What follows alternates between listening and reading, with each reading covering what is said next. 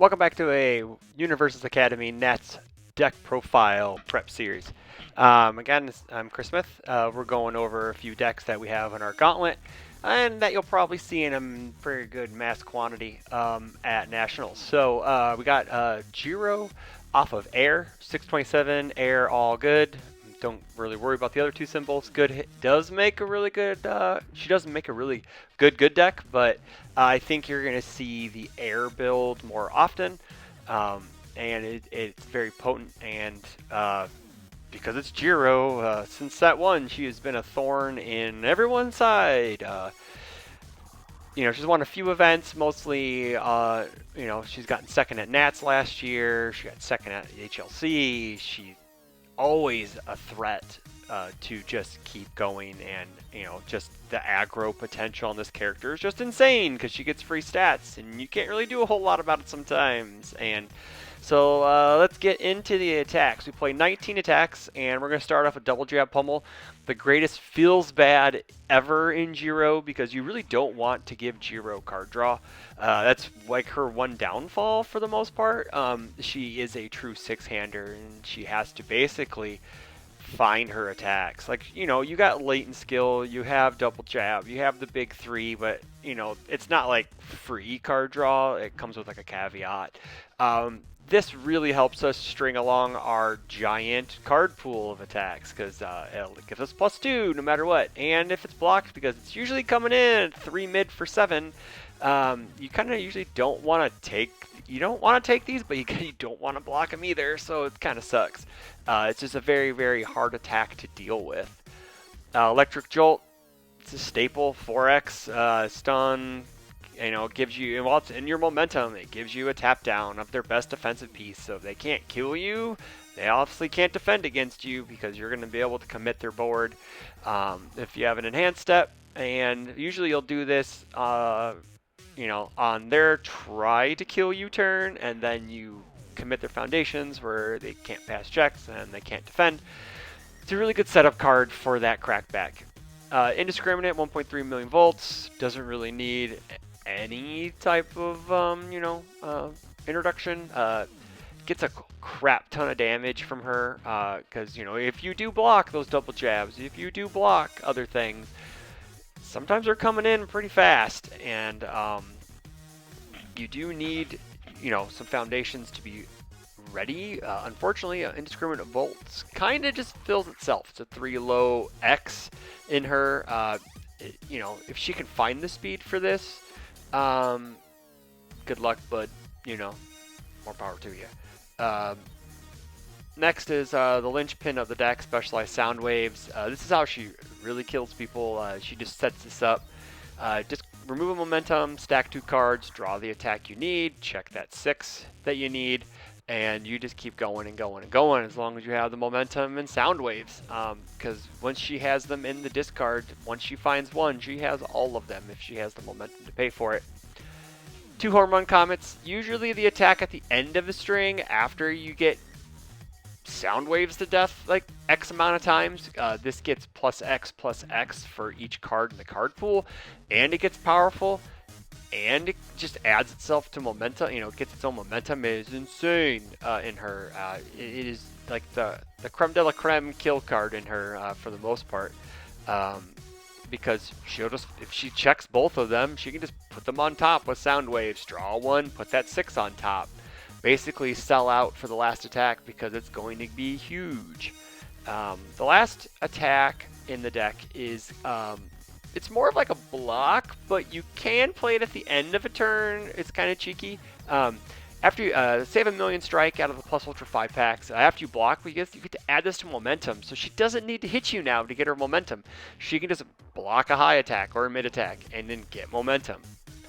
And then you're like, oh crap, what am I going to do? Hopefully you got some momentum hate to get rid of it. We got 2 actions since we're only playing a 55 card deck. It's easy the advantage. We are, a lot of our charge attacks, like double jab, jolt, shock, sound waves even, don't add speed, and save a million, don't add speed to themselves. This gives us a little bit of speed, which is kind of nice, and it builds down as a free foundation. And it hits problem cards like Cheerleader if we're playing things with enhanced steps, or Broken Psyche to make sure our giant attack at the end hits. So it's just ways to deal with problem pieces. So now we're going to go into the foundations. Air spam, it's some of the best in the game. We got 4 requesting assistance.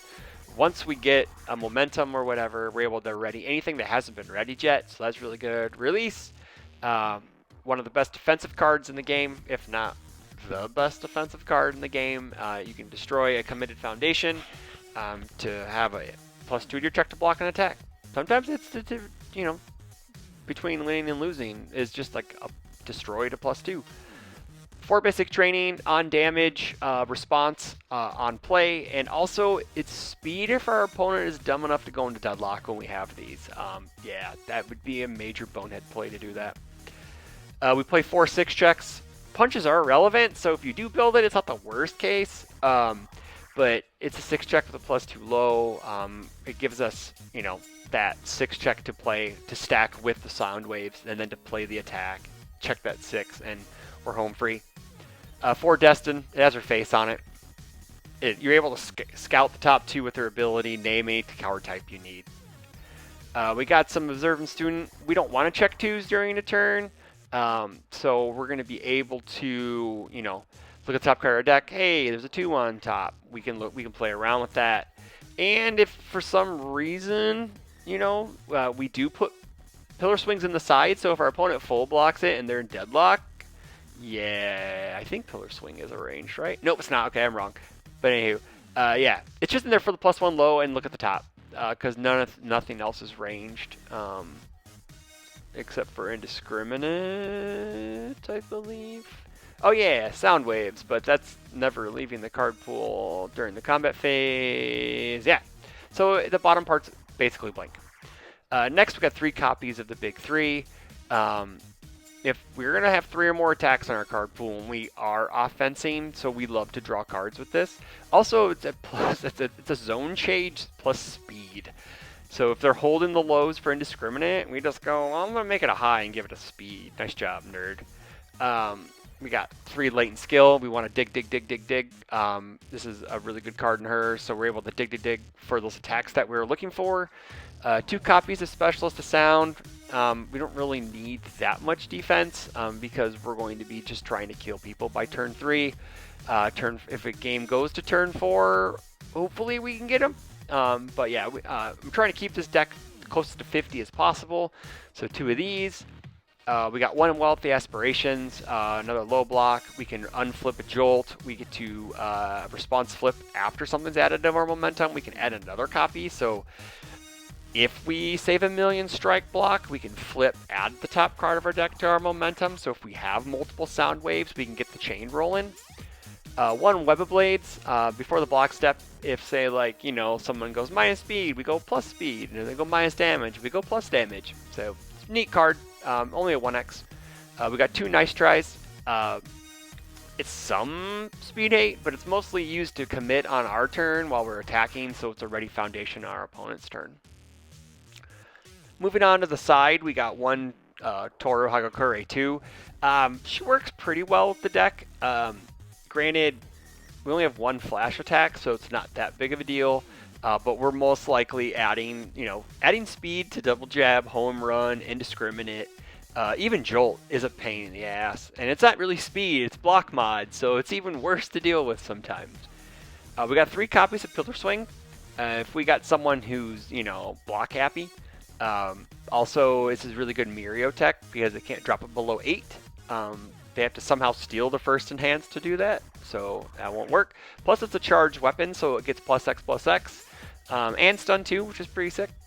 So it's a nice attack. Another defensive piece. We got 3 Cheerleader. If we don't want our opponent to have like an enhanced step or give one of our attacks flash to kill our opponent, which I don't know why we do that because we only got 1 flash attack, but the option's there. Also, for Hagakure, we get to bring these in and add foundations to our opponent's stage to make them closer to that sweet +2 to block mod on top of the +1, so +3 to block mod, where she starts getting crazy. We got 3 Encouraging Training Partner. someone tries to neg speed on ours, we can change it to 4. If they, if we need to neg speed and we don't have a speed reset or anything, this technically resets it to 4. So that's the Air Jiro deck, guys. It's pretty much the bare bones, cut and dry list you'll probably see. Sideboard depending, I doubt a lot of them are going to be playing Toru because the deck has Jiro. It's more of a defensive build, so maybe going second you side into Toru, or against certain matchups like a Rappa or like an Overhaul, you may side into her on turn 2, game 2. So that's pretty much it for the Air Jiro deck. Stay tuned for more content. Thanks for subscribing via Patreon, and do the like, comment, subscribe things. See you later on the next one. Good night.